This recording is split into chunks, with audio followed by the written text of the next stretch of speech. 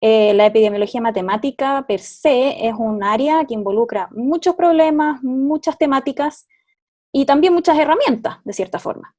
Entonces acá les tengo unos ejemplos, por ejemplo, ébola, ¿verdad? Han habido en los últimos años, bueno, el 2003 en particular, por ejemplo, epidemias de ébola en África, ¿verdad? Ébola, una enfermedad zoonótica, es decir, una enfermedad que se transmitió a través de animales hacia el ser humano. Entonces acá ven el ciclo justamente de que hay murciélagos, ¿verdad? Después algún venado, un mono, etcétera, y de alguna forma llega después al ser humano vía manipulación de alimentos, por ejemplo, que tienen que ver con animales, ya que están infectados con ébola en particular. Y como saben ustedes, bueno, COVID también surgió de esa forma, ¿ya? Entonces está ébola, está la malaria, por ejemplo, y están enfermedades como la influenza y COVID-19.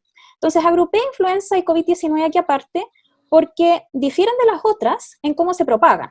Entonces eso es importante cuando nosotros hablamos de modelos que describen enfermedades infecciosas o la dinámica de enfermedades infecciosas, porque tenemos que saber cuál es el mecanismo detrás. ¿Ya? Entonces, por ejemplo, ébola se transmite a través de contacto físico cercano, muy cercano y directo mediante fluidos corporales, ¿ya? Por ejemplo, sangre, las heces, vómitos, etc. ¿Ya? No se transmite a través del aire, ¿ya? O sea, uno sí tiene que estar en contacto con fluidos infectados de otro ser humano para adquirir el virus de ébola. ¿Ya? La malaria, por ejemplo, difiere también porque es distinto a la transmisión de influenza y COVID, porque la malaria se transmite a través de un vector que es un mosquito, ¿ya? Un mosquito que transmite, o sea, un zancudo en realidad, que transmite justamente el parásito al ser humano. Entonces se necesita el mosquito para que uno, como ser humano, adquiera malaria, ¿ya? Y, o sea, entre seres humanos no se transmite, ¿ya? Entonces la mecánica de la transmisión de la malaria es muy distinta a la de ébola y distinta a la de influenza y COVID-19, que se transmite a través de partículas del aire al toser, ¿verdad? Como todos ya yo creo que sabemos, ¿ya? Entonces, eso es lo primero que hay que determinar cuando uno quiere modelar la dinámica de una enfermedad, ¿ya? ¿Cuál es el mecanismo detrás de transmisión? ¿Cómo se transmite? Para darles un poquito de contexto histórico también, que es importante, yo creo, eh, el primer, la primera persona que pensó en estos modelos que en realidad se ocupan también hoy en día es Sir Ronald Ross, ¿ya? Él era, aquí hay una foto de él era un médico británico, él nació en India, y vivió mucho tiempo en India también. Es decir, él tenía contacto con la malaria, ¿ya? La enfermedad malaria que en muchas partes de India es prevalente. Entonces, ¿qué es lo importante de él? Él, como era médico, entonces mediante sus estudios de medicina, él detectó que el parásito de la malaria es transmitida por mosquitos, ¿ya? Antes de eso, ¿qué se creía? Se creía que las enfermedades eran traídas por los dioses, ¿verdad? O por los malos espíritus. ¿Ya? Como este dibujo acá. En particular, por ejemplo, la malaria, la gente pensaba que se infectaba por estar cerca de pantanos y por lo tanto creía que la enfermedad se transmitía por el mal aire, porque cerca de los pantanos olía mal, ¿verdad? Se acumulaba agua, es decir, olía mal, y creía entonces la gente que la malaria se transmitía a través del mal aire. Y por eso malaria efectivamente viene de mala aria, que es en italiano mal aire, ¿ya? Entonces justamente la gente pensaba eso, pensaba que solamente por respirar este aire que olía mal debido a la acumulación de agua en pantanos, por ejemplo, se transmitía la malaria. ¿Ya? Después, pero Sir Ronald Ross por eso es importante, porque él justamente detectó el parásito en los mosquitos. Y así hizo la asociación que efectivamente estos mosquitos que están en estos pantanos son los que transmitían la enfermedad al ser humano. Ahora, la comunidad científica en ese tiempo, 1895, ¿verdad? Eh, no creyó mucho, o sea, creyó en ese hecho, porque él lo demostró, pero su hipótesis era, bueno, eh, tenemos que reducir la cantidad de mosquitos para controlar la malaria, ¿ya? Y él decía, existe un umbral tal que si bajamos la población de mosquitos en número, bajo ese umbral, vamos a poder controlar la malaria en los humanos. Ahora, eso es justamente lo que la comunidad de científicos no creía. Ellos básicamente decían, bueno, es imposible erradicar a los mosquitos, ¿cómo vamos a hacer eso? Entonces sí, está bien que se transmita por los mosquitos, pero ¿qué hacemos con eso? Entonces, a causa de esta discusión, ¿el qué hizo? Él presentó un modelo matemático, ¿ya? Que es un modelo parecido a los que se ven hoy en día, que ya se los voy a presentar, y que básicamente es la base de lo que hacemos hoy en día para este tipo de modelo, ¿ya? Para los que ya saben un poco de esto, estamos hablando de los modelos del tipo SIR, SIR, ¿ya? Pero ya se los voy a presentar para los que no están familiarizados con ellos todavía. Sir Ronald Ross, obtuvo en 1902 el Premio Nobel de Medicina justamente por este trabajo, ¿ya? O sea, fue algo muy importante en la época. Ahora, justamente algo concreto que les quiero presentar aquí sobre cómo se ocupó el modelo de Sir Ronald Ross es que entre 1881 y 1888 no se logró finalizar la construcción del Canal de Panamá, ¿ya? Entonces existen documentos históricos que dicen que una de las razones puede haber sido que los trabajadores justamente estaban muy expuestos a malaria, fiebre amarilla en ese tiempo en Panamá, ¿ya? Y justamente eso era un problema porque se enfermaban y por lo tanto las labores para finalizar el Canal de Panamá se tenían que parar, ¿ya? Entonces era uno de los impedimentos en la presencia de malaria y fiebre amarilla justamente para terminar el Canal de Panamá. Ahora, si se fijan, después de eso, después de eso, en realidad en 1895, ¿verdad?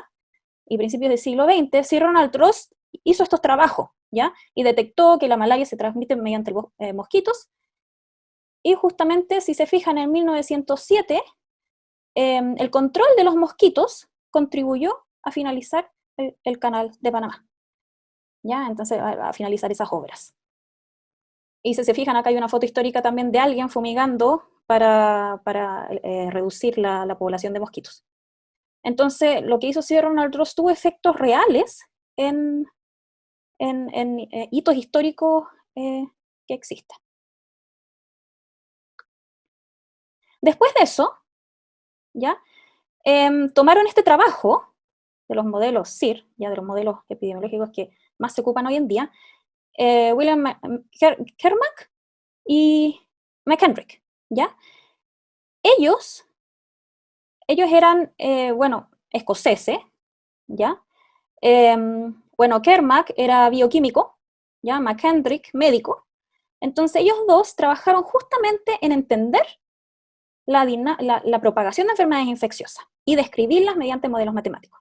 Y entre 1927 y 1933 publicaron una serie de papers introduciendo modelos del tipo SIR, ¿ya? Que ya vamos a conversar. Pero son básicamente modelos a nivel poblacional que en su mecánica describen cómo se propagan las enfermedades. Y efectivamente existe este paper, este artículo, Contribution to the Mathematical Theory of Epidemics, si se fijan, de 1927, ¿ya? Donde justamente, ellos describen en su introducción incluso su motivación para realizar esta investigación, y fue la motivación de entender los efectos de los factores que determinan la propagación de epidemias que llevó a esta investigación, ¿ya? O sea, ellos estaban motivados justamente para entender todos estos factores que están involucrados en la transmisión de enfermedades, juntarlos y describirlos mediante algún modelo matemático, o sea, ocupar las matemáticas para eso, ¿ya? Ellos incluso en este paper citan el trabajo de Sir Ronald Ross, que fue un poco anterior a esto, ¿ya? Entonces la comunidad en ese tiempo que trabajaba en esto era bastante reducida, pero ellos fueron los pioneros en introducir estos modelos que hoy en día todavía trabajamos. Entonces, se fijan, esto fue en 1927, ¿ya? Ya. Entonces, ¿qué es lo que queremos con la epidemiología matemática? Ya queremos explicar, predecir la dinámica de una enfermedad. Ya eso básicamente es la idea. Porque claro, estamos frente a este fenómeno, como ahora frente a la pandemia, y decimos ya, ¿qué hacemos? ¿Verdad? ¿Qué hacemos con esto? O sea, todos los días vemos nuevos casos infectados, y la pregunta es, ¿qué hacemos?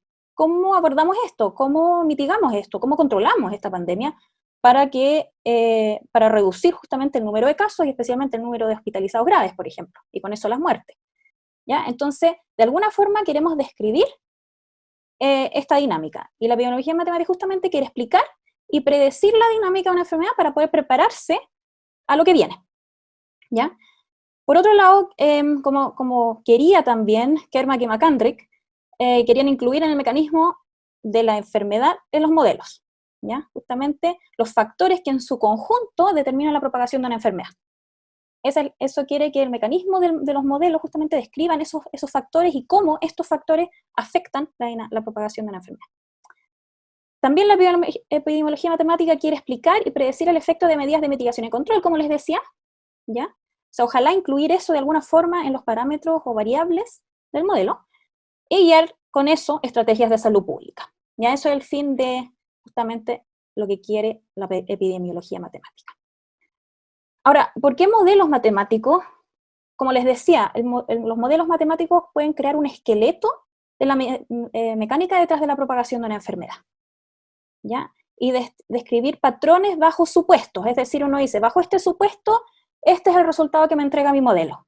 Bajo otro supuesto, este es el resultado que me entrega mi modelo. Y con eso uno puede ir dando recomendaciones, ¿ya? Y estos supuestos pueden ser a escala temporal, ¿ya?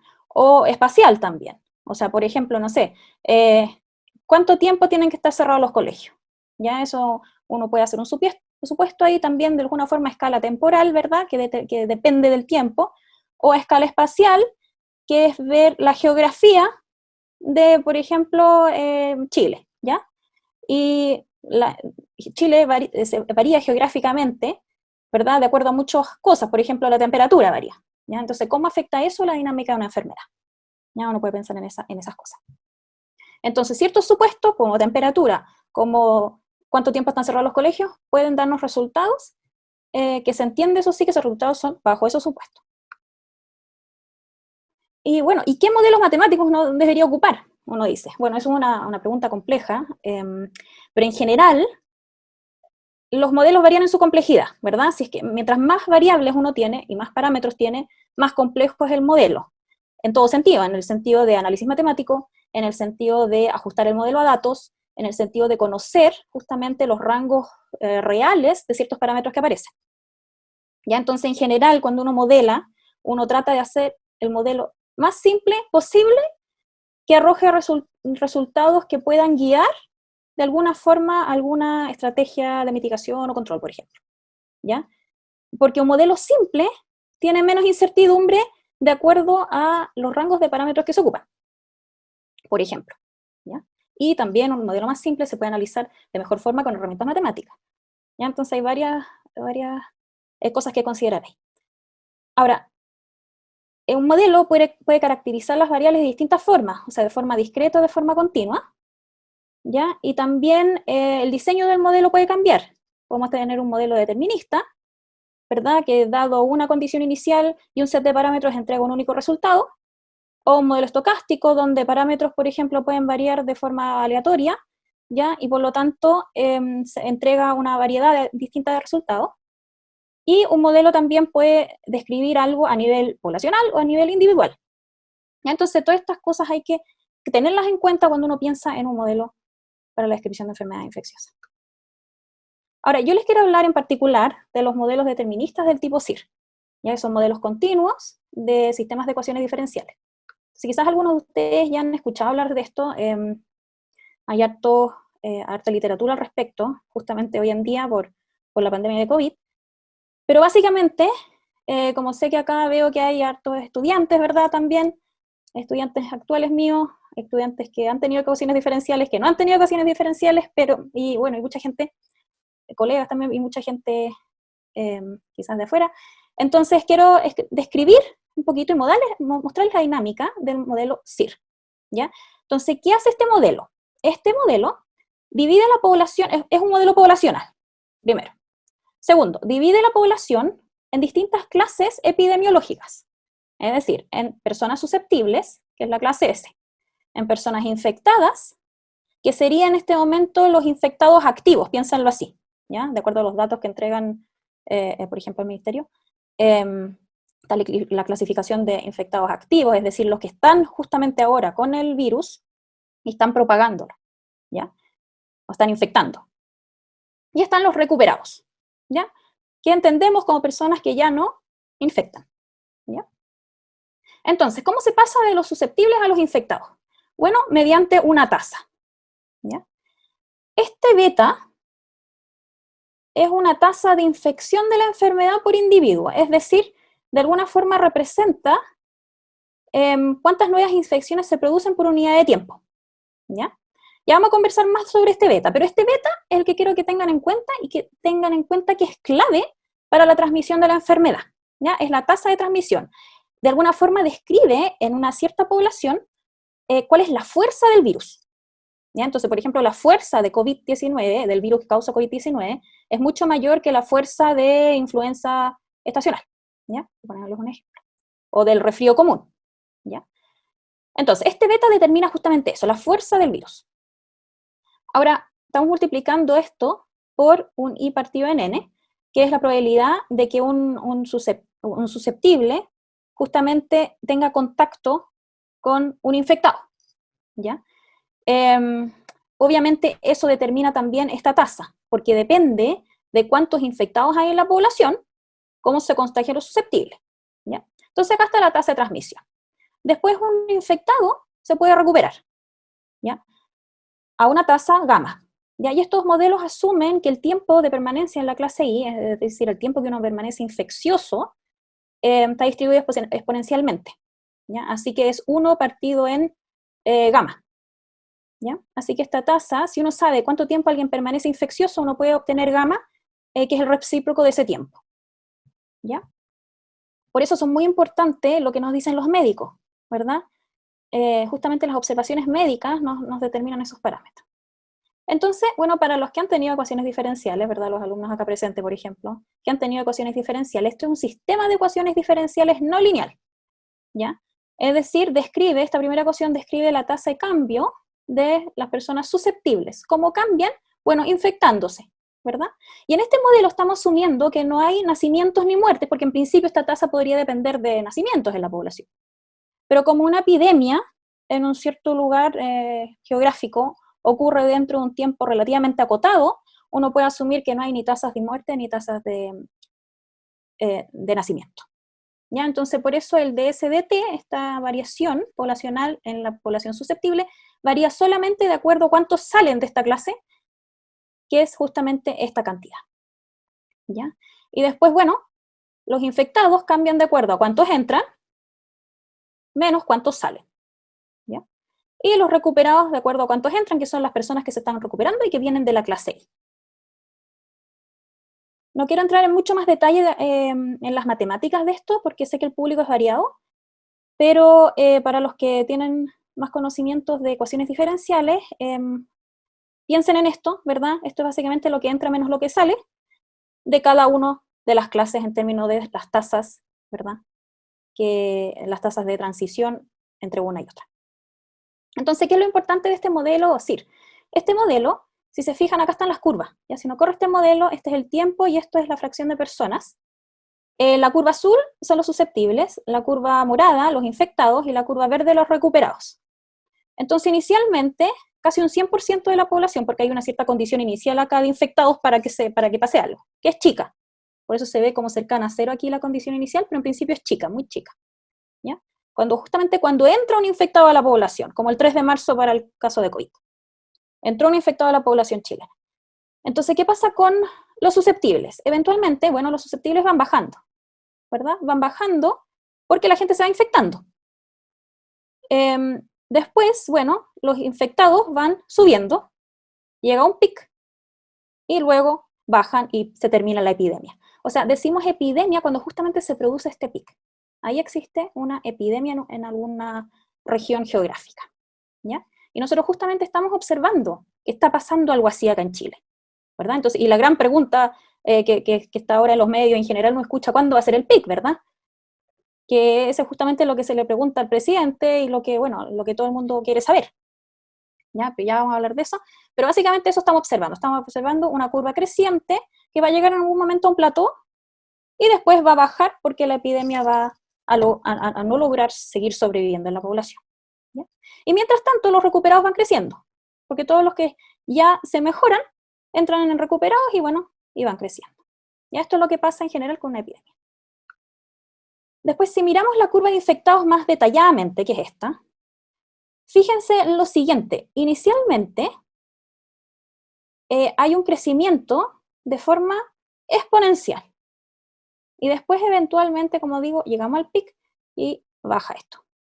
Entonces, esta curva en realidad es muy interesante, ¿ya? Y si uno lo asocia esto con los datos, más aún, y con lo que nosotros veíamos en las noticias en general, o en los matinales, ¿verdad?, hace algún tiempo. ¿Qué es lo siguiente? ¿Qué es lo que voy a hacer aquí? Esta es la ecuación diferencial. Acá, si miramos la ecuación diferencial, solamente de los infectados, que es en realidad lo que nos importa, ¿verdad? Nosotros queremos saber cuántos infectados hay, cuándo va a ser el pic, cómo se comporta la curva de infectados. Eso es lo que queremos saber.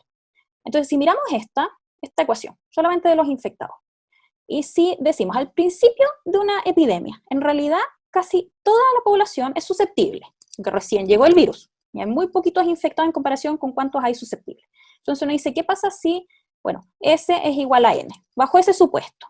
Entonces, se fijan, S igual a N, se cancelan, y queda la ecuación beta I menos gamma I. Acá al lado derecho de la curva, de la ecuación correspondiente a los infectados. Queda de I de T igual a, si S igual a N, queda beta I menos gamma I. Y si factorizamos I, queda beta menos gamma por I, que es justamente lo que tengo escrito acá. Eso bajo el supuesto que la mayoría de los susceptibles son, de la población son susceptibles. Entonces nos queda esta ecuación. Entonces ahora para mis alumnos que están acá presentes también, y todo aquel que ha tenido un curso de ecuaciones diferenciales ordinarias, esta ecuación es relativamente fácil de resolver, ¿verdad? Es una ecuación de variables separables en particular, o lineal si quieren mirarla así, y al resolverla obtenemos una exponencial. Entonces, si se fijan, esta es la exponencial de la que todos hablaban al principio de la epidemia. ¿Se acuerdan que en las noticias en todas partes mostraban una curva exponencial y todos querían ajustar los datos a esa curva exponencial? Esta es justamente esa curvita exponencial. Entonces aquí está, hasta salió un meme con respecto a eso, ¿verdad? Que todo el mundo miraba curva exponencial en todas partes de los medios, ¿ya? Y como les decía, es justamente porque se produce que si al principio de la epidemia la mayoría es susceptible. Y obtenemos entonces esta curva para los infectados, que es una curva exponencial. Ahora, el crecimiento, si es una curva creciente, exponencial creciente, o decreciente, depende de este factor que multiplica t, si es positivo o negativo, ¿cierto? Y ahí es donde entra otro que lo vamos a llamar R0. Ahora, R0 está definido como beta partido en, ¿ya?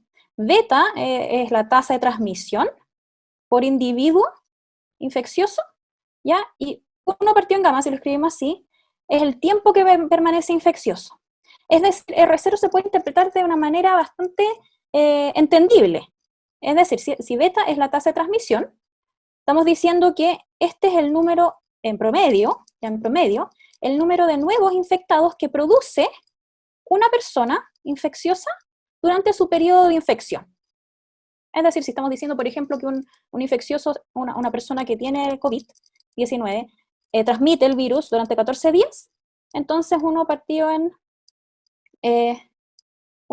gamma sería justamente esos 14 días. ¿Ya?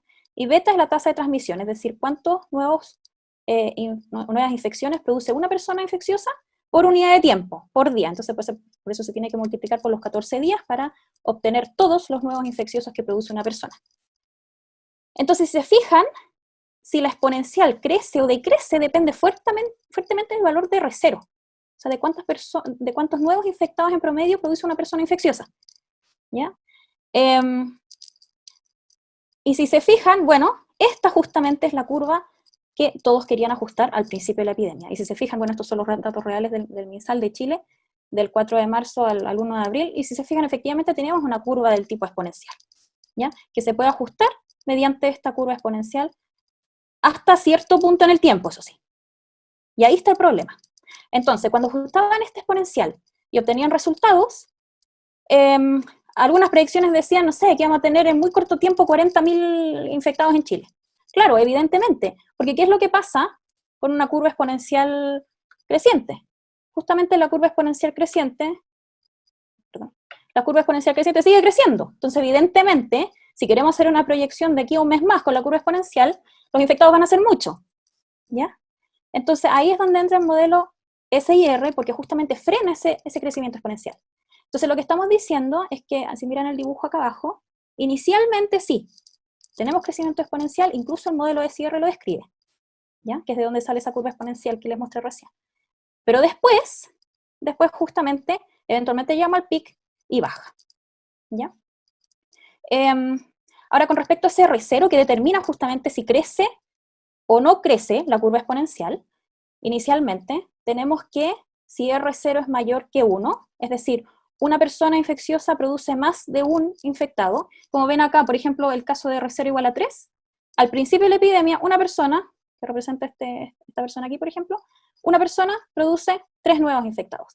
Cada uno de esos 3 nuevos infectados produce otros 3, ¿ya? Y por lo tanto, el crecimiento es exponencial, ¿ya? Creciente. Entonces, si R0 es mayor que 1, entonces hay epidemia, ¿ya? Y ahí se observa un crecimiento exponencial inicial. Por lo contrario, si R0 es menor que 1, es decir, una persona ni siquiera alcanza a contagiar a una persona más, ¿verdad? Entonces, evidentemente, no hay epidemia y no veríamos algo así, sino que veríamos que inicialmente tenemos contagiados, pero después decrece el número de contagiados y no pasa nada. O sea, no hay epidemia en el sentido de que obtenemos un pic y después baja. ¿Ya?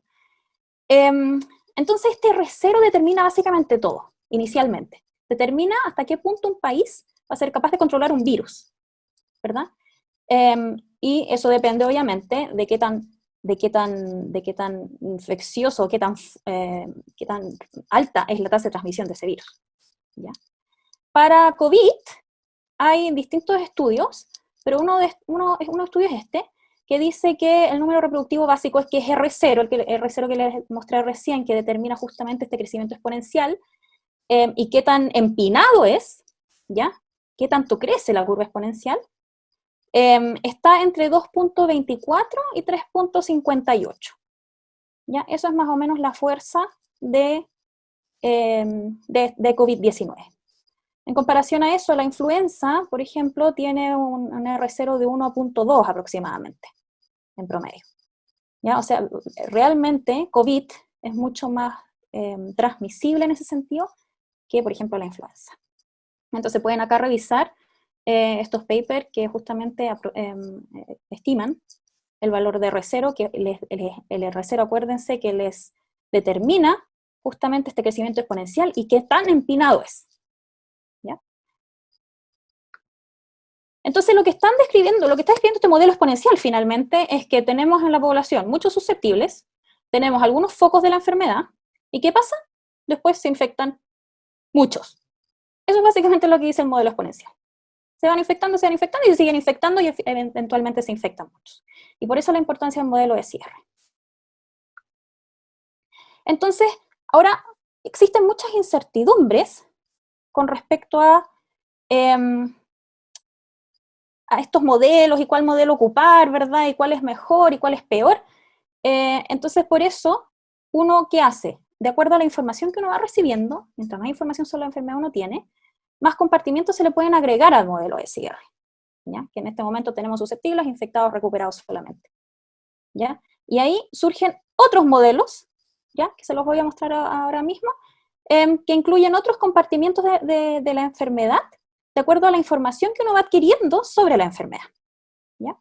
Antes de eso quiero mirar un poco las preguntas, para ver si...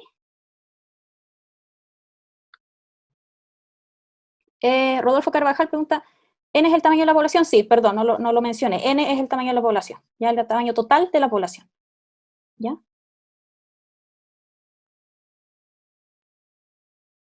Fernando pregunta, acorde a la epidemiología matemática, ¿cómo evaluarían las acciones del gobierno en el sentido espacial?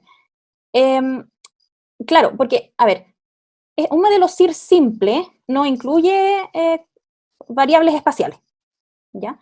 Entonces lo que habría que hacer es un modelo de parches, ¿ya? Que describa la dinámica de la enfermedad en cada una de las comunas, por ejemplo, y que incluya movilidad entre comunas, ¿ya? Entonces, de esa forma podríamos, desde la epidemiología matemática, evaluar justamente las acciones del gobierno. Y hay grupos, o sea, estamos trabajando varios grupos en crear modelos de ese tipo, ya justamente para guiar al gobierno de acuerdo a eso, ¿ya? Especialmente importante en regiones, en este momento, donde muchas regiones todavía están empezando con los primeros casos, o sea, un 98% de la población puede ser susceptible en este momento. Entonces, es el momento para justamente tener estos modelos, incorporarlos en la toma de decisiones para las regiones. El modelo SIR determinístico agrupa los recuperados. El modelo SIR determinístico agrupa los recuperados con los fallecidos. Sí, Camilo pregunta eso. Sí, básicamente este modelo, si se fijan, es bien simple, es SIR, es decir, en principio todos los que salen de la clase infectada, sea como sea, son recopilados dentro de los recuperados. ¿Ya?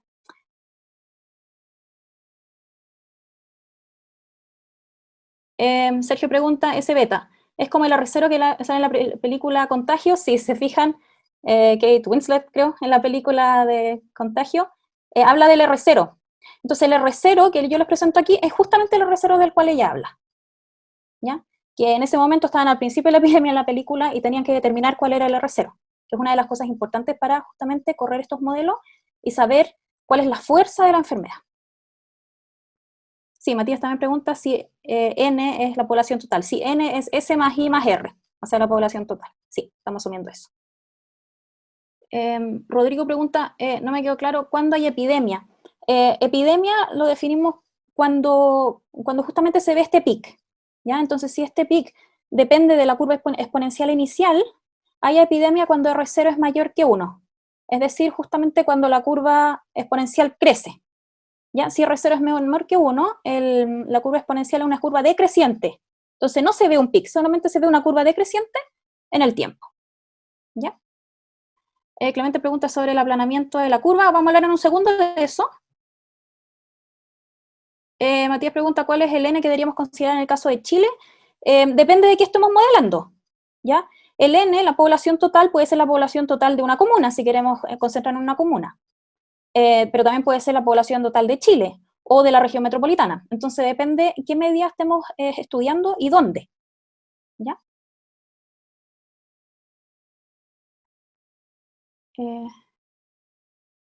Sí, Realidad me pregunta, ¿los fallecidos van al compartimiento de R? Sí, en este momento sí, uno asume eso. ¿Ya? Ya, creo que a ver que algunas de las preguntas, hay muchas preguntas acá, pero quiero seguir y después vuelvo a las preguntas, porque yo creo que algunas de las preguntas se van a contestar con lo que sigue.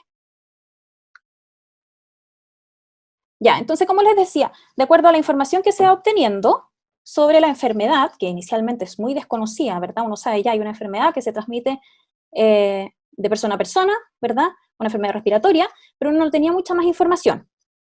Entonces, la información que uno podría, o que estuvimos obteniendo, es, por ejemplo, que hay un cierto periodo latente.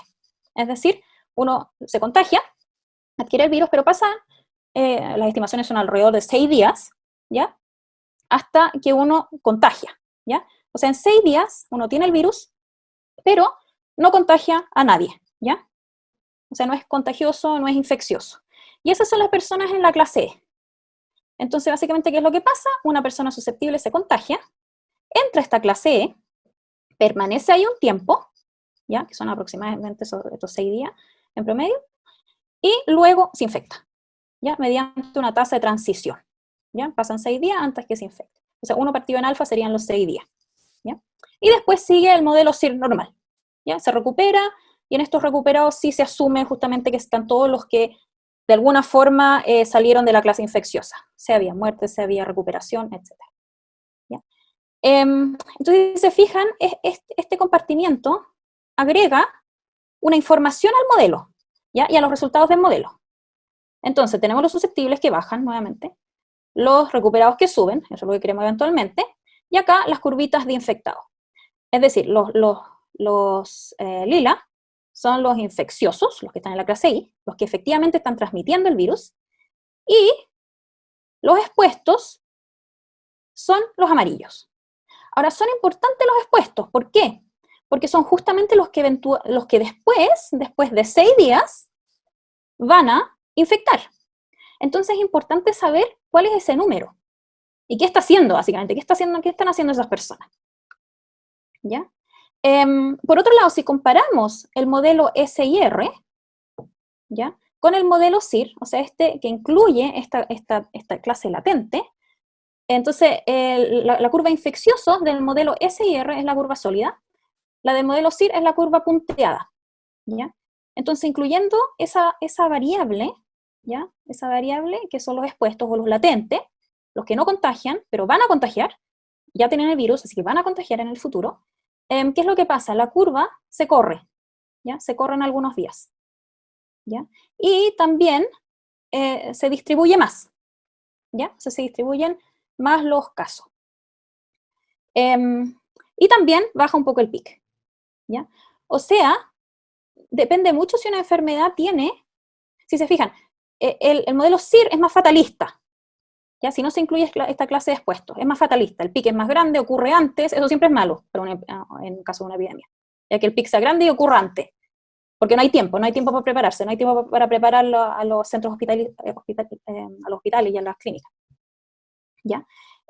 Para atender a los pacientes. Entonces siempre es malo que el pic sea grande y que ocurra antes. Entonces el modelo SIR, ¿qué es lo que hace? Traslada el pic y el pic es más chico. Y esto es muy importante porque enfermedades que justamente tienen clase latente se modelan mejor mediante el modelo SIR. ¿Ya? Ahora, muchas veces uno habla de inmunidad de rebaño, ¿cierto? ¿Qué es lo que es eso? Es básicamente, si se fijan en este dibujito con las personas, ¿cuándo no hay inmunidad de rebaño? Justamente en el primer gráfico. En el primer gráfico hay dos focos, que son los rojos, o sea, personas que están infectando. Después están los azules, ¿ya? Que es los susceptibles, que la mayoría es susceptible, y hay algunos que están recuperados, ¿ya? Esta es como una foto que se le saca a la población en algún momento. Después, ¿qué va a pasar? Estos focos van a infectar a más gente, y si se fijan acá, hay muchas más personas en rojo, es decir, están infectándose, ¿ya? De alguna forma, no fue posible que los pocos recuperados protegieran a estos susceptibles, a las personas azules, se infectaron, ¿ya? En algún momento, eso sí, estas personas en rojo se recuperan, ¿ya? Y efectivamente suponemos, que eso es algo que también hay que determinar qué tan verdad es, que adquieren cierta inmunidad. Entonces tenemos esta foto. Tenemos esta foto que son personas en amarillo, que son los recuperados, tenemos los focos y tenemos algunas personas susceptibles todavía en la población. Entonces, ¿qué está pasando ahora? Bajo este escenario, los focos no son capaces de infectar en gran escala a los susceptibles que permanecen en la población. ¿Por qué? Porque evidentemente los recuperados forman un cierto cerco, ¿verdad?, alrededor de los susceptibles y los protegen. Este es el concepto de inmunidad de rebaño o inmunidad de grupo, ¿ya?, que se quiere lograr. Ahora, ¿cómo se logra eso? Se logra justamente a partir del punto que se obtiene el máximo, en el pic de la enfermedad. Después de eso ya bajan los infectados y se muere la epidemia, de alguna forma, ¿ya? Entonces se logra inmunidad de rebaño. Ahora, claro, uno podría lograr inmunidad de rebaño al dejar que el pic pase, ¿verdad? Y que pase lo más rápido posible, ojalá. Después de eso se va a ir la epidemia y vamos a estar libres de la epidemia. El problema de eso es que, claro, hay muchas muertes asociadas a eso. Entonces, esa no es la medida. O sea, si se fijan acá, este grafiquito seguramente lo vieron en los diarios. Si tenemos el número de casos versus el tiempo, esta curvita roja, ¿cierto?, es justamente sin medidas de protección. Pasa la epidemia. Entra la población, hay epidemia, inmunidad de rebaño, la mata, listo, ¿ya? No queremos lograr eso, evidentemente por las consecuencias que trae, en términos de muerte, en particular por el COVID, ¿ya? Entonces, ¿qué queremos hacer? Aplanar la curva, y ahí es donde entró el concepto de aplanar la curva, ¿ya? Justamente, la capacidad del sistema de salud tiene un tope, ¿ya? Y no queremos sobrepasar ese tope. Y al obtener una inmunidad de rebaño rápida, se sobrepasa el tope, ¿ya? Por eso hay un costo asociado, ¿ya? Entonces aquí, bueno, no se obtiene inmunidad de rebaño tan rápido, por mucho tiempo quizá, y se aplana la curva, eso sí, y el sistema de salud no colapsa. Eso es lo que en principio se quiere hacer. Ahora, ¿cómo se logra eso? Si tenemos el modelo SIR, ¿se acuerdan que el beta, que es la tasa de transmisión, determina justamente la fuerza de la enfermedad? Ahora, este beta depende de distintas cosas. Depende de la fuerza del virus en sí, qué tan transmisible es, ¿verdad? Si yo me contacto con persona susceptible, con alguien infectado, ¿cuál es la probabilidad de ese contacto? De que ese contacto produzca infección. Ese es el beta 0, ¿ya? Y después, uno lo piensa, depende de la tasa de contactos que tiene una persona por unidad de tiempo, ¿verdad? Entonces, porque necesito contactar a gente para enfermarme. Entonces, en realidad, este beta que lo estoy dejando en términos de T ahora, porque en realidad es dinámico en el tiempo, ¿ya? Depende de la probabilidad de que un contacto produzca infección y depende de la tasa de contactos entre personas. Entonces, por eso, medidas como cuarentena, distanciamiento social son claves en este momento de la epidemia, porque no tenemos tratamiento, no tenemos vacuna que afectarían a gamma, que es la tasa de recuperación. No tenemos cómo afectar eso, pero sí tenemos cómo reducir los contactos.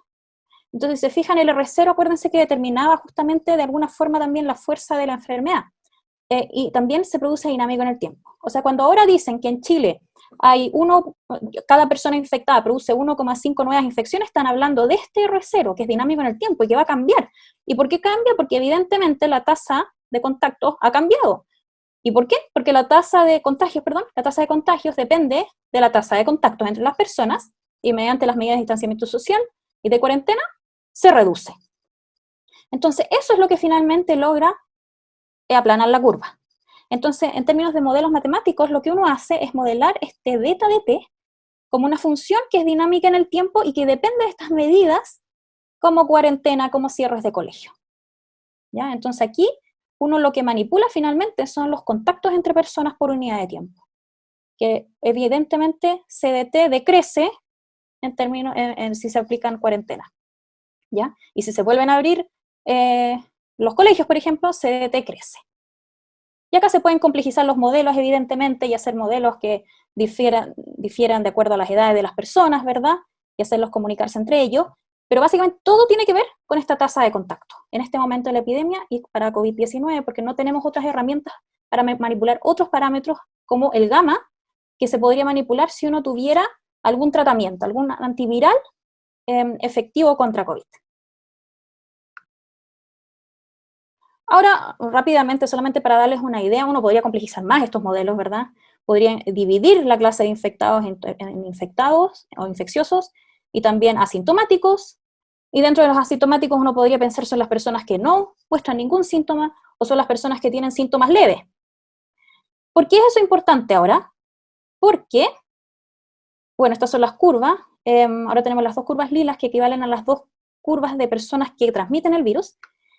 Aquí justamente están las curvas en grande, ¿ya? De asintomáticos, sintomáticos y expuestos, que son los latentes. Entonces es importante esto, porque ¿qué podríamos estar viendo? Podríamos estar viendo justamente, de acuerdo a los datos que tenemos, de verdad, por el testeo que estamos haciendo, quizás solamente detectamos las personas que efectivamente llegan con síntomas importantes a los centros de salud, ¿ya? Y puede ser esta curva punteada, por ejemplo. Pero podría pasar que hay un pool de personas asintomáticas que también afectan la dinámica de la enfermedad que no estamos viendo. Entonces los modelos matemáticos nos pueden dar una idea de cuántos asintomáticos hay, o al menos cualitativamente, ¿verdad? ¿Cuál es la curva de asintomático? Y también, en ese sentido, ¿qué efecto tienen sobre la dinámica de la enfermedad? Y ahí es donde entra la pregunta, ¿cierto? ¿Estamos efectivamente aplanando la curva en este momento? Porque quizás estamos solamente viendo los casos sintomáticos. Y no estamos viendo estos casos ocultos, que son los asintomáticos, o la gente quizás que no presenta síntomas relevantes para acercarse a un centro de salud. Y justamente uno podría decir, ya, ¿qué me interesa a mí? Los hospitalizados, ¿verdad? Los hospitalizados graves, porque esos me van a determinar qué insumos médicos necesito, ¿verdad? Entonces uno puede llegar y complejizar más el modelo todavía, incluir acá de los infectados una clase de hospitalizados. Los asintomáticos uno puede asumir que no necesitan hospitalización nunca y se recuperan, pero los infectados sí pueden pasar a una clase de hospitalizados. Y uno podría, si quiere de alguna forma considerar a las muertes, uno podría decir una fracción de los hospitalizados mueren y entran a la clase D. Y otra fracción se recupera. Entonces ahí aquí había una pregunta, ¿verdad? ¿Dónde están considerados las muertes y los hospitalizados quizás? En el modelo SIR es un modelo bastante simple que no considera esas cosas directamente, todo se une en la clase R, pero aquí justamente uno podría diferenciarlo, ¿verdad? Las muertes las podría dejar aparte como consecuencia de una hospitalización, ¿ya? Si se fijan, este modelo evidentemente considera mucho más parámetros que el anterior. Entonces ahí está la dificultad también, que en términos de parámetros tenemos que tener cuidado de no complejizar mucho un modelo. Este es un gráfico que les quiero mostrar de hecho por Ferguson et al. En Imperial College London, que es justamente un gráfico que elegí porque muestra muy bien lo que podría pasar y dónde estaríamos nosotros quizás en Chile. Entonces, si se fijan, cada curva muestra distintas medidas de mitigación, que todas estas afectan este beta, si se acuerdan, beta de t. Beta de t se modela de tal forma que representa alguna medida de control o mitigación. Entonces, esta curva punteada es el tope del sistema de salud, ¿ya? De cuántas personas puede efectivamente tratar, ¿ya? En el eje Y, aquí, es la cantidad de camas críticas que por 100.000 habitantes, ¿ya? Que se ocuparían. Entonces, de alguna forma sería el H, ¿ya? Seguimos graficando el H. Entonces, esta curva naranja es el caso que no se hiciera nada. Y si se fijan, se traspasa, evidentemente, este umbral, ¿ya? Aceptado para poder tratar a la gente. Y se llega a una inmunidad de rebaño probablemente y se muere la epidemia. Problema solucionado, pero con muchas consecuencias de acuerdo a la muerte de las personas. Después, en la curva azul es bajo ciertas medidas de contingencia, ¿ya? Entonces, en esta área sombreada están en efecto estas medidas de contingencia o de mitigación, estas medidas de mitigación, ¿ya? Que es aislar a casos de COVID, aislar a personas en la misma, convivientes básicamente, o que están en contacto con esta persona que se confirmó, ¿ya? Como positiva de COVID-19. Y en general, el distanciamiento social, ¿ya? Sí se aplica, o sea que no se pueden juntar más de 10 personas en lugares cerrados, etcétera, etcétera, ¿ya? Entonces, si se fijan, mientras están en efecto estas medidas de contingencia, observamos de alguna forma que se aplana la curva, ¿ya? Se alivianan estas medidas de contingencia o se sacan completamente y que vemos un rebrote. Entonces, eso es justamente lo que podemos determinar mediante modelos matemáticos y lo que nos tenemos que poder, de alguna forma, preparar para estos posibles rebrotes, para después, inmediatamente, si es que vemos algo así, justamente, volver a aplicar estas medidas de contingencia. Entonces, ese es bajo ese caso de aislamiento de casos, ¿verdad? Y básicamente mantener a estas personas aisladas, ¿ya? Ahora, en el caso de medidas tal como cerrar colegio, ¿ya? Aislamiento de casos positivos y distanciamiento social en general, vemos esta curva amarilla, ¿verdad? Justamente se aplana mucho al principio, pero después eventualmente hay un rebrote. Entonces, justamente eso es lo interesante, eso es lo que tendríamos que nosotros estar estudiando, lo que deberíamos estudiar en realidad, ¿ya? Que hay que tener mucho cuidado al cerrar estas medidas, o al terminar justamente con cuarentena, al terminar con cierres de colegio, porque pueden producirse rebotes. Voy a ver alguna de las preguntas aquí.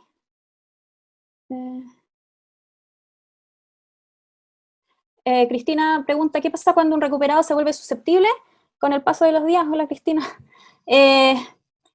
Los modelos SIR no consideran eso. No consideran que se pierde la inmunidad, ¿ya? Justamente es un supuesto del modelo, ¿ya? Si no, tendría que ser un modelo de tipo SIRS. Esa es la idea.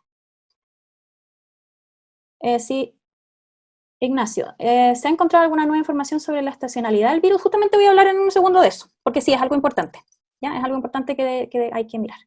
Cierre cero varía en el tiempo, haciendo referencia a lo que explicó la primera...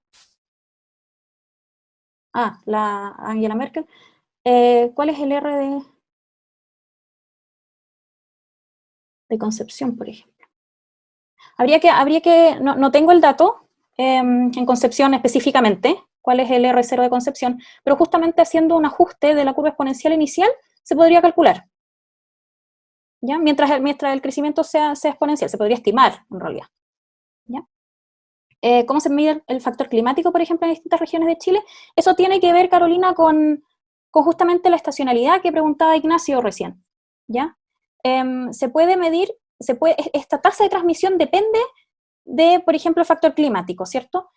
O depende de las estaciones en el año, ¿ya? Entonces se puede modelar mediante alguna curva, mediante un coseno, un seno, algo periódico, ¿ya? Algo periódico que suba y baje, de alguna forma, por ejemplo, ¿ya? La inmunidad de rebaño se pierde cuando hay una nueva cepa. Sí, efectivamente, o sea, siempre que nos invada algún virus y que la mayoría de la población no tenga inmunidad, evidentemente se pierde y partimos de cero. Y entonces eso es lo que puede pasar justamente, Gabriel Pérez pregunta esto. Justamente puede pasar que la gente pierde inmunidad dentro de un año, que es uno de los supuestos para coronavirus, porque así se comportan los otros coronavirus de la misma familia, y que en un año más toda la gente que se recuperó ya no tenga inmunidad. ¿Ya? Esa es una de las cosas que se está estudiando y que no se conoce. Entonces puede ser que justamente toda la gente que ya le dio y se recuperó, pierde inmunidad y perdamos este efecto de inmunidad de rebaño. Sí. Inmunidad de rebaño se lograría con RT igual a R0S por N. Sí. Cuando quedan menos susceptibles, ¿hay más recuperados? Claro, mientras menos susceptibles hayan, más recuperados hay. ¿Ya? Pero como decíamos recién, se puede perder esa inmunidad de rebaño también. ¿Ya? Ahí habría que mirar eso. Es un supuesto que la gente recuperada no podría contagiar a los susceptibles por contacto con gente contagiada. Sí, estamos suponiendo que los recuperados no contagian. ¿Ya? Estamos suponiendo eso en el modelo. Ahora, que sea un hecho o no en la realidad, esa es otra pregunta, ¿cierto? Justamente es una de las cosas que se está evaluando, que hay estudios médicos con respecto a eso también. Si una persona, ¿cuándo se define que una persona está recuperada efectivamente? Y eso en nuestro modelo determinaría la tasa gamma, que es la tasa de recuperación. Es decir, cuando nosotros, después de cuánto tiempo, efectivamente podemos decir que una persona ya no contagia. Eso determinaría nuestra tasa gamma. Entonces el modelo lo que puede hacer es dar una idea sobre si varía esa tasa gamma, cómo efectivamente varía, por ejemplo, el pic de la enfermedad. ¿Ya? Entonces esos son supuestos que uno puede ir moviendo en el modelo y sacando resultados de acuerdo al pic, cuándo se produce y qué tan alto es, por ejemplo, o de acuerdo a qué efecto tienen los asintomáticos si la tasa gamma varía en general. Justamente, si es que no es un hecho, no importa, los modelos igual pueden dar ideas sobre distintos supuestos.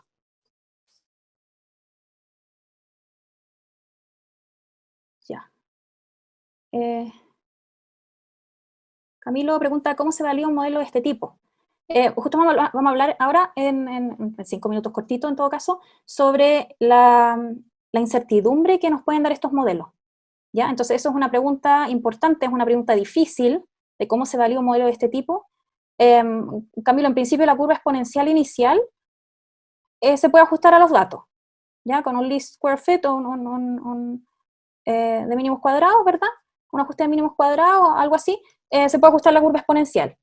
La pregunta es, ¿qué tan bueno es ese ajuste inicial para poder predecir después lo que viene? ¿Ya? Y ese es un problema importante, que les voy a dar una referencia ahora mismo para que puedan leer sobre eso.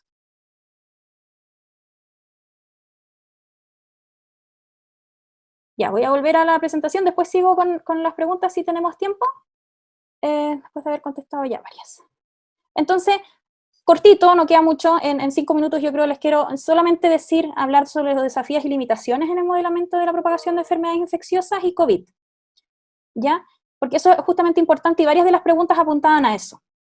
Entonces acá un paper de Carleton y Meng, que dice, bueno, estimaciones de la tasa de transmisión de COVID en principio, y justamente habla de una de las preguntas que surgió recién, ¿ya? Justamente habla de qué tan estacional es COVID. Entonces, este es el primer estudio realmente bueno, este salió hace poquito, el 2020, o sea, recién, hace poquito.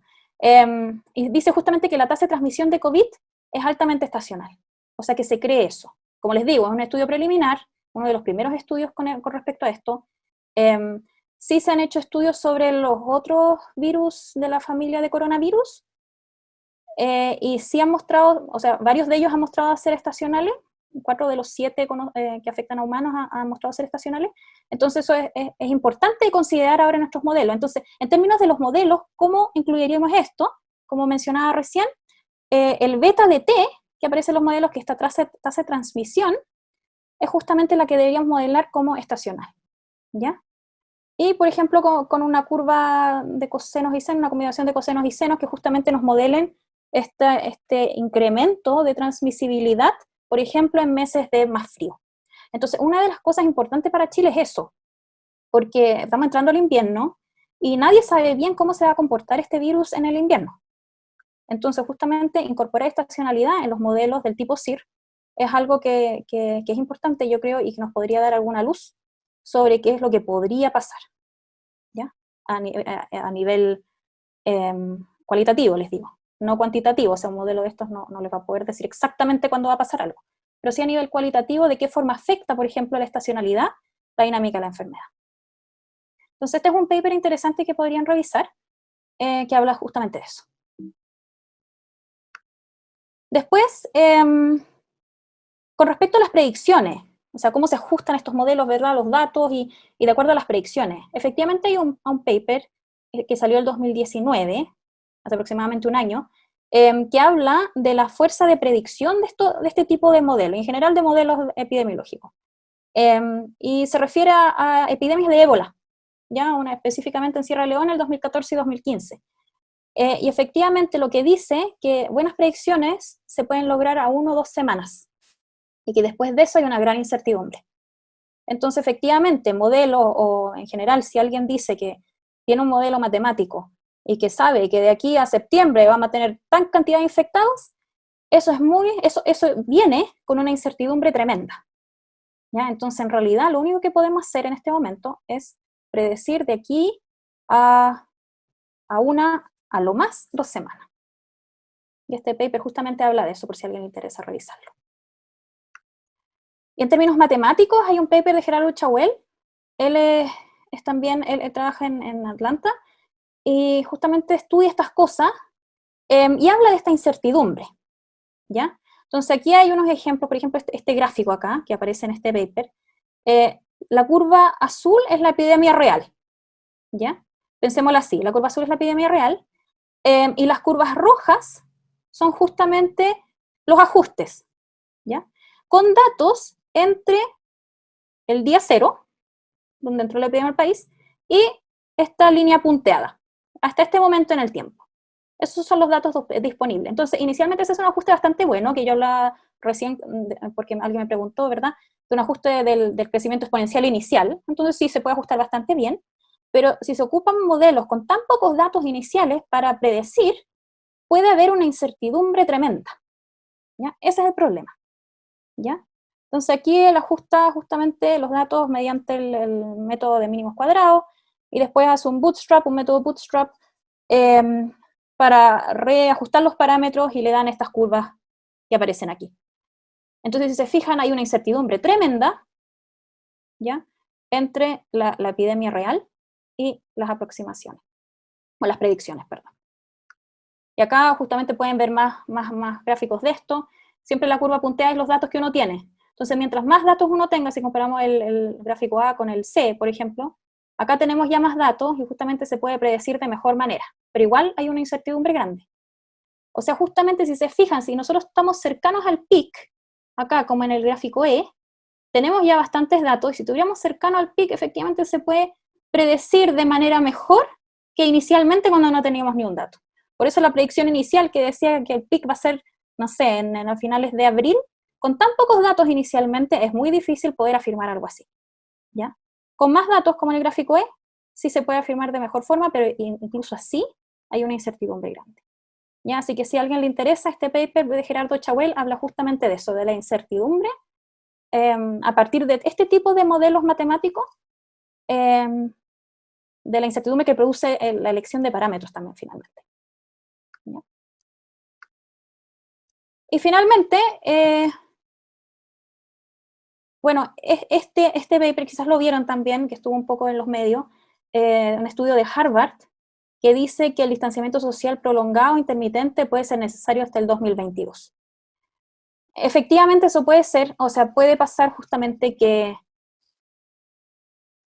hayan rebrote, ¿cierto? Como mostrábamos recién en ese gráfico que les mostré, sobre si alivianamos estas medidas de contingencia, que hayan rebrote.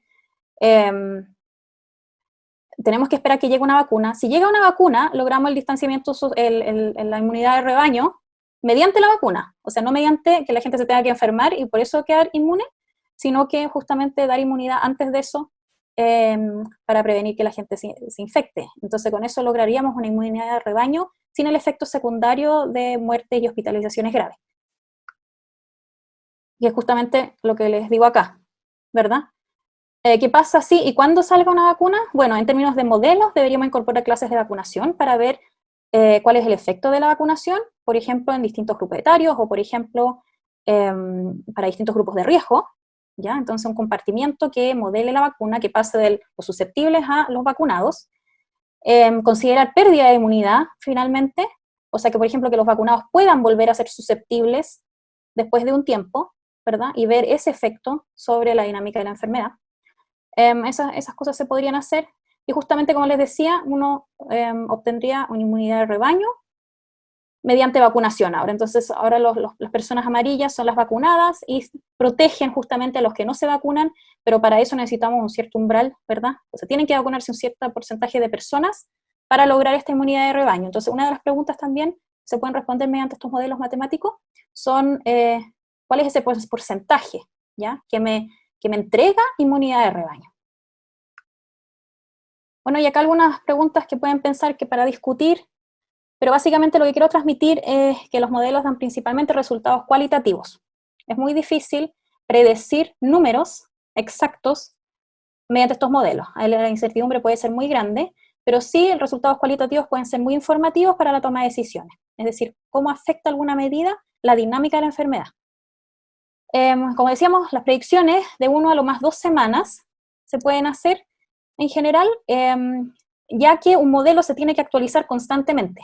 O sea, no podemos tomar un modelo de hoy en día, con los parámetros de hoy en día, y extrapolarlo para de aquí a 3 meses más, sino que los modelos, de acuerdo a las medidas de mitigación que se están tomando y de acuerdo a la información que uno obtiene de la enfermedad, que es nueva información que uno obtiene constantemente, hay que modificar los parámetros, hay que volver a adaptar los parámetros y adaptar el modelo a eso, ese cambio constante que existe en la información de la enfermedad, especialmente una enfermedad nueva como un virus nuevo como el virus que produce COVID-19. En ese sentido, la tasa de transmisión es dinámica, ¿ya? Entonces no podemos decir que bajo una cierta tasa de transmisión esto es lo que va a pasar. Sí, uno puede decir lo que va a pasar bajo esas condiciones, pero esas condiciones van a cambiar y cambian constantemente. Entonces eso es lo que hay que estudiar. Hay mucha incertidumbre sobre la transmisión del virus en general. Como hablábamos recién, de acuerdo a una pregunta, la inmunidad de personas, ¿cuánto va a ser? Una persona infectada va a ser inmune por cuánto tiempo, va a ser un año, va a ser más, va a ser menos.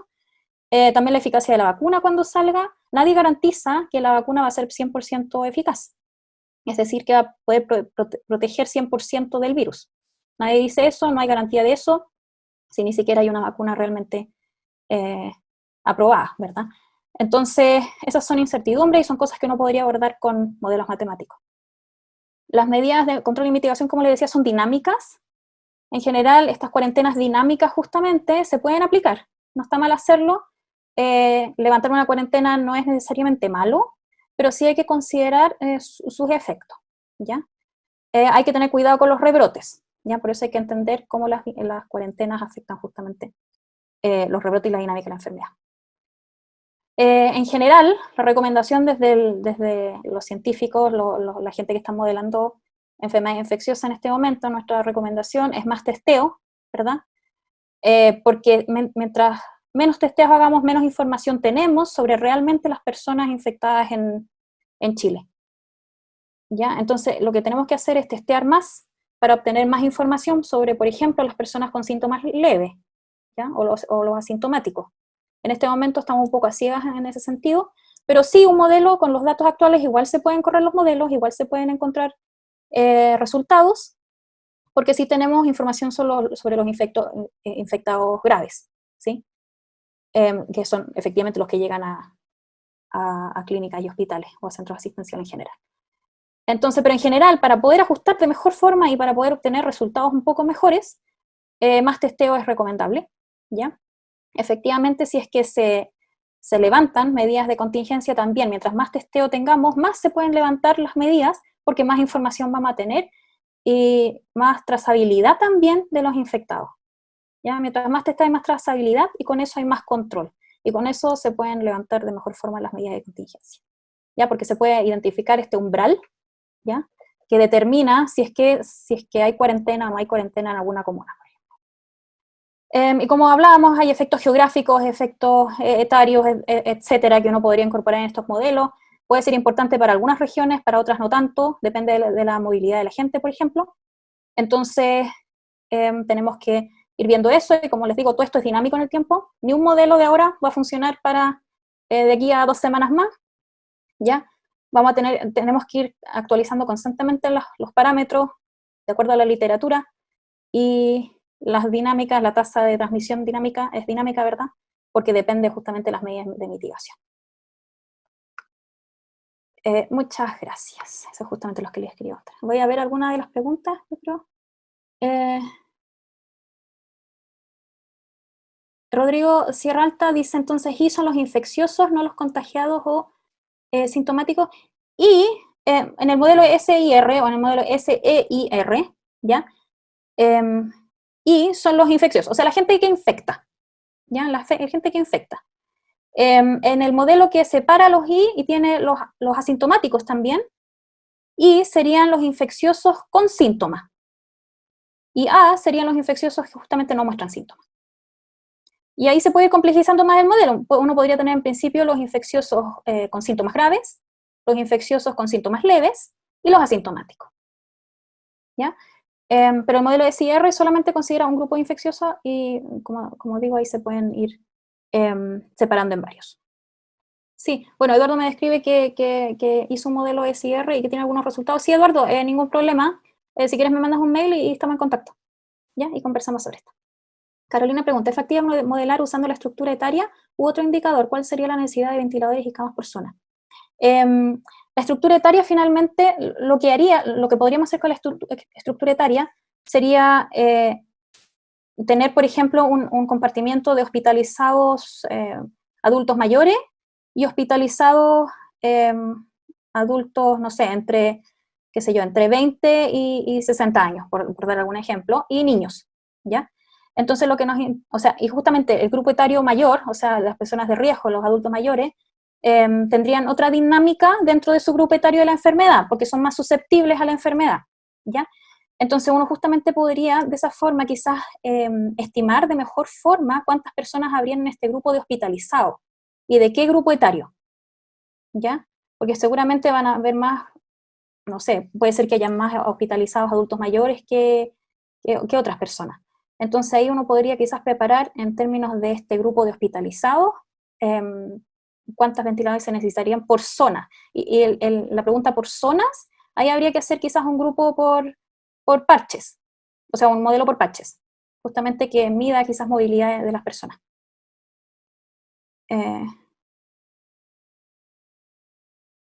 Melissa pregunta si podemos predecir 1 o 2 semanas. ¿Será conveniente el retorno a clases en mayo? A ver, como les digo, es difícil decir que justamente en mayo vamos a estar bien y podemos retornar y todo. Lo que hay que hacer es justamente seguir evaluando esto, ¿ya? Ahora, el retorno a clases no es sin que se cumplan ciertas condiciones, ¿ya? De acuerdo a lo que dijo el Ministerio de Educación. En general, por lo menos el reabrir los colegios, ¿cierto? Se necesita que la trazabilidad, por ejemplo, o sea, los casos sin trazar sean no más de un 10%. Entonces eso significa que uno tiene un cierto control de la enfermedad. Y bajo esas condiciones, bajo las condiciones que tengamos trazabilidad, se pueden considerar reabrir los colegios, ¿ya? Lo que hay que tratar de evitar es justamente estos rebrotes. Entonces, si uno tiene claro que pueden aparecer rebrotes, pero uno tiene el control mediante trazabilidad y mediante el testeo, se pueden considerar reabrir los colegios, ¿ya? No necesariamente la mejor medida es cuarentena total y que nadie pueda salir y que nadie pueda hacer su vida normal. Eso incluso, hay modelos que dicen que eso puede ser contraproducente, ya que justamente ahí nunca se va a llegar a esta inmunidad de rebaño tampoco. Y va a haber siempre muchos susceptibles dentro de la población. Entonces, se puede, es razonable generalmente levantar cuarentenas o reabrir colegios, pero bajo el supuesto que podemos trazar los casos y tener un testeo razonable.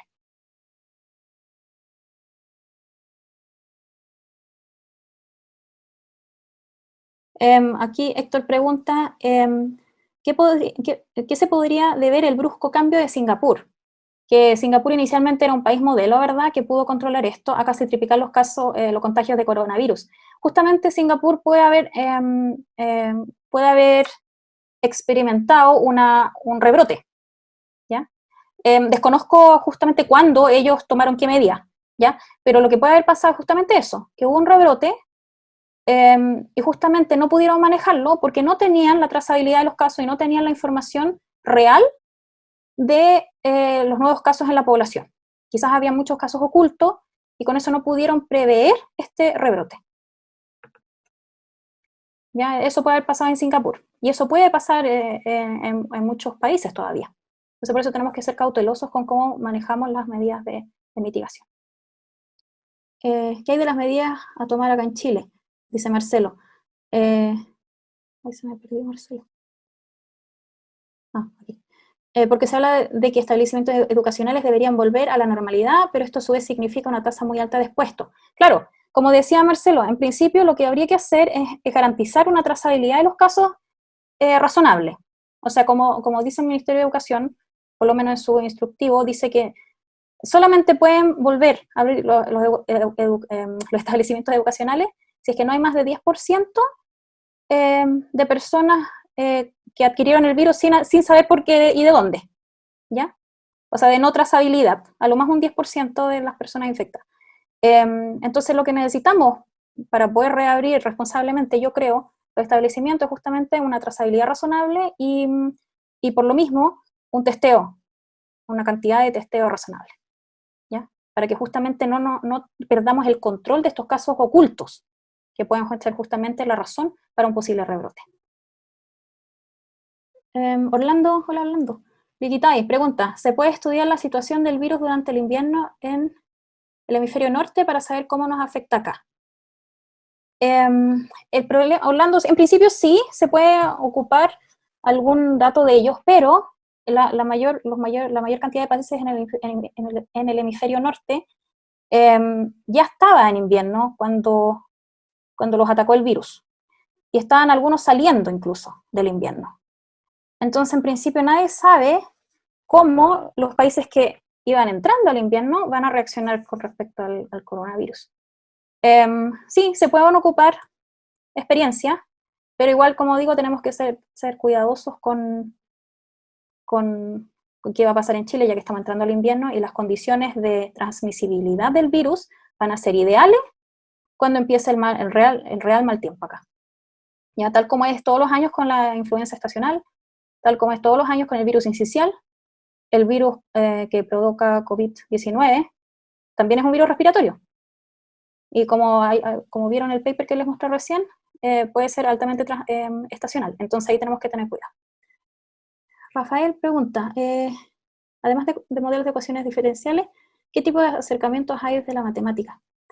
Bueno, hay en principio varios modelos, ¿verdad? Estos son ecuaciones diferenciales, deterministas, pero también hay modelos, por ejemplo, de agente, que son ya a nivel individual, ¿ya? Que de alguna forma traqueas a las personas a nivel individual, ¿ya? Eso es más computacional, por si te interesa, lo que se llaman los agent-based models. Eso es otro punto de vista de esto, que puede funcionar bastante bien para modelar ciertas dinámicas que se producen, por ejemplo, dentro de un entorno familiar o dentro de una ciudad específica, donde la gente hace cosas específicas, ¿ya? Es mucho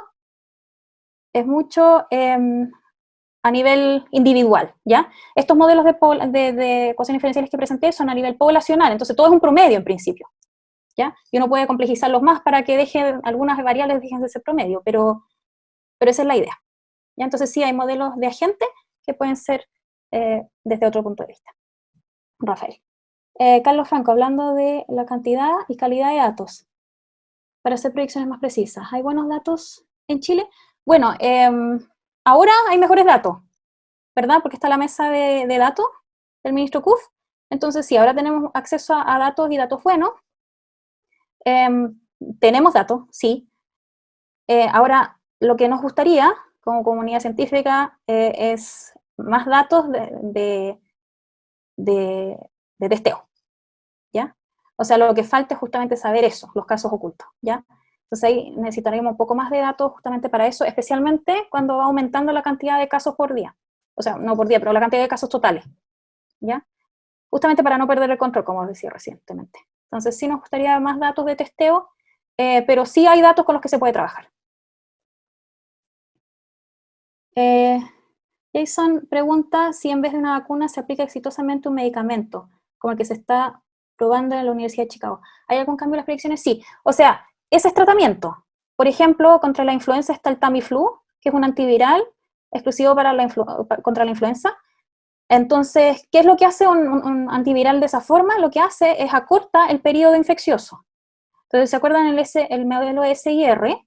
Tiene una tasa de recuperación del compartimiento S al compartimiento R. Entonces, esa tasa se ve afectada justamente por tratamiento, como un antiviral. Entonces, las personas pasan más rápido del compartimiento I, de infectados, al compartimiento R, porque pasan menos tiempo infeccioso por haber adquirido este medicamento. Entonces, sí, se puede modelar muy bien mediante estos modelos un tratamiento o una vacuna.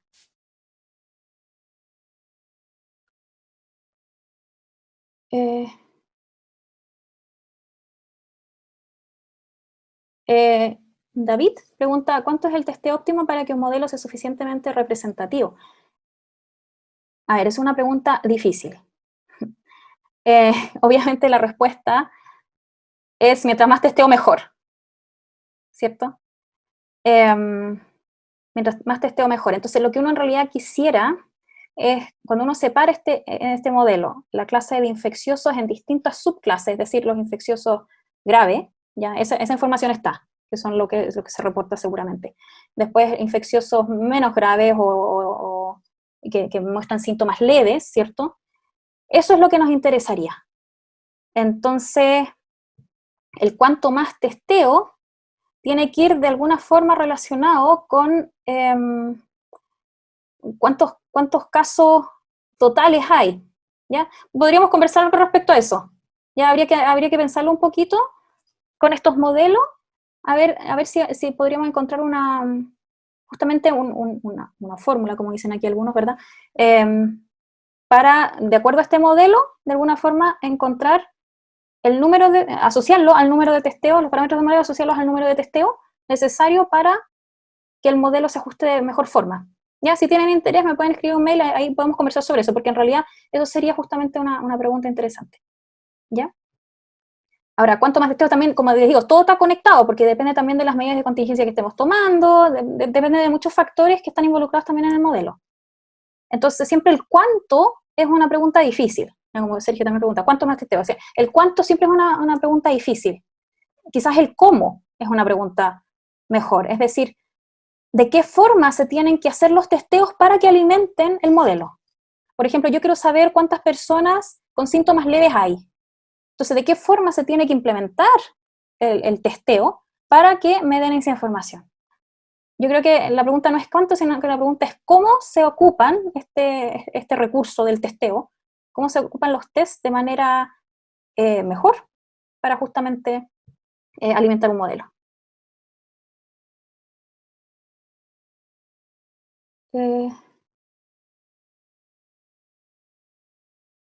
A ver, Jorge pregunta, ¿será posible extrapolar los resultados de un modelo de pronóstico de contagio a un modelo reflejo de decaimiento económico, con factores similares como aislamiento, cese de trabajo, inmunidad de rebaño, potenciales trabajadores? Podría ser, nunca lo he pensado. Pero básicamente sí. Extrapolar los resultados de un modelo de pronóstico de contagio a un modelo reflejo de decaimiento económico.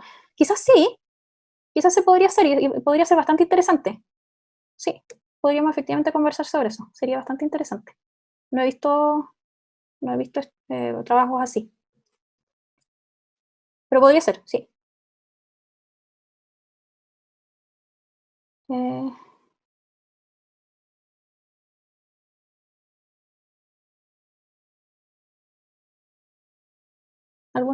Matías dice, algunos estudios dicen que deberíamos... Uy, se me pierden aquí, salta. Matías dice, algunos estudios dicen que deberíamos al menos quintuplicar o sextuplicar el número de testeos diarios para que no se pierda de vista la curva. Sí, puede ser, pero claro, eso depende también del país, depende de la población, depende de las medidas que se estén tomando, depende de muchas cosas, yo creo. ¿Ya? O sea, siempre la respuesta es mientras más testeo mejor, en realidad, porque más datos tenemos, entonces evidentemente más control tenemos.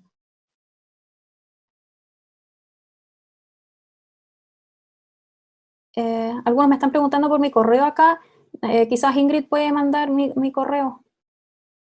Sí, Katia, yo lo comparto. Ya, gracias. Teniendo acceso a datos de telefonía, se pueden calcular los viajes y generar una métrica de movilidad por comuna. ¿Cómo podría incluir estos datos en alguno de los modelos CIR?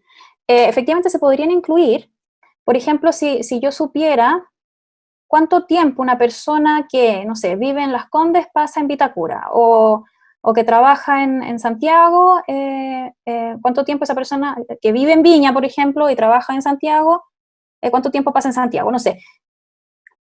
Entonces, esas tasas de movilidad podrían ocuparse en un modelo por parches, que es un modelo SIR por comuna, por ejemplo.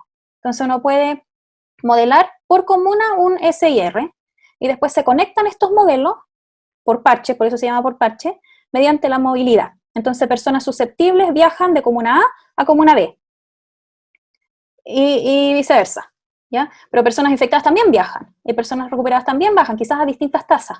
Entonces sí, lo difícil generalmente es tener acceso al promedio de movilidad entre personas en distintas comunas, y yo creo que ahí los datos de telefonía podrían ser útiles. ¿Ya? Así tener acceso a eso sería fantástico.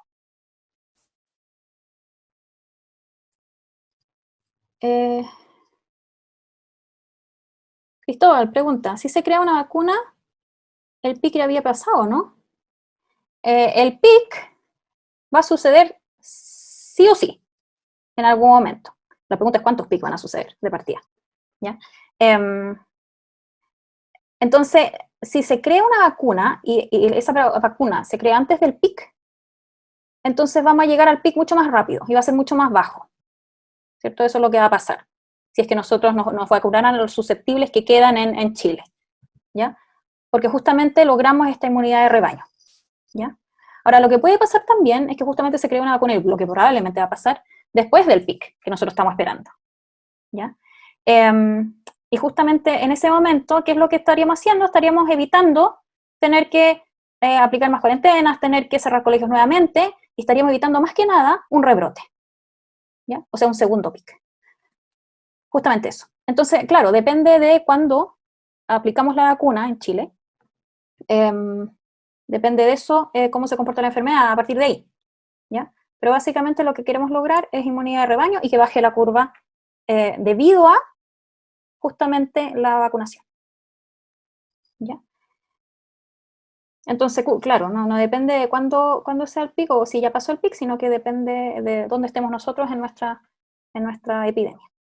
¿Ya? Hay que tener cuidado porque, por ejemplo, para la gripe española hubo 3 pics.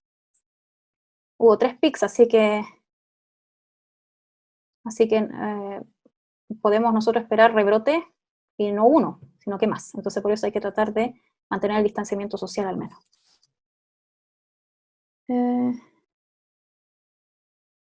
Francisco dice, yo tengo acceso a datos de movilidad telefónica.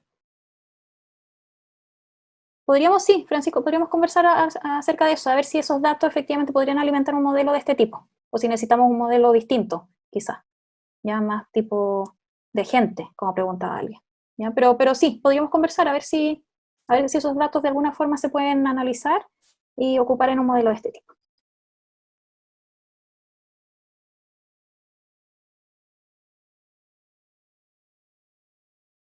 Héctor da una información de que la vacuna de coronavirus se está testeando y que se anuncia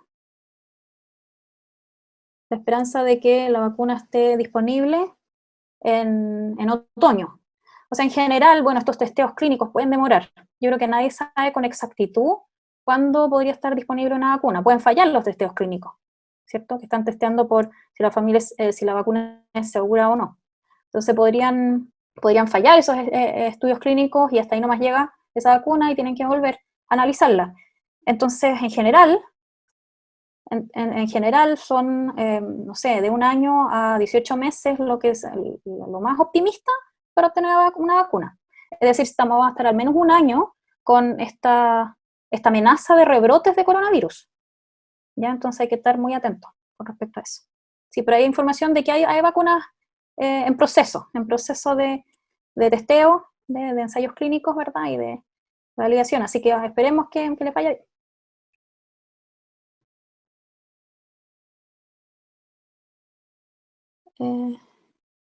Carolina dice, utilizar la encuesta origen-destino y los datos asociados a Transantiago y TAX para trabajar con buffers por probabilidad en el peor de los casos.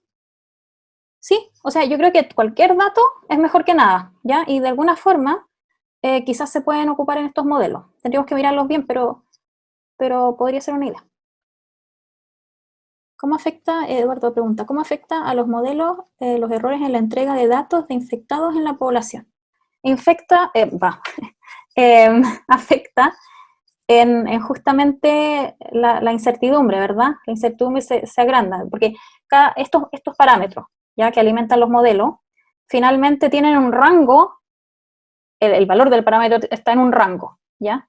Entonces, claro, mientras más grande sea ese rango, más incertidumbre voy a tener en los resultados del modelo también. Por eso es muy importante que lo que alimente el modelo tenga cierta justificación y tenga cierta validación también, en términos de dónde salieron los datos y qué tanto están validados los mismos datos, ¿ya?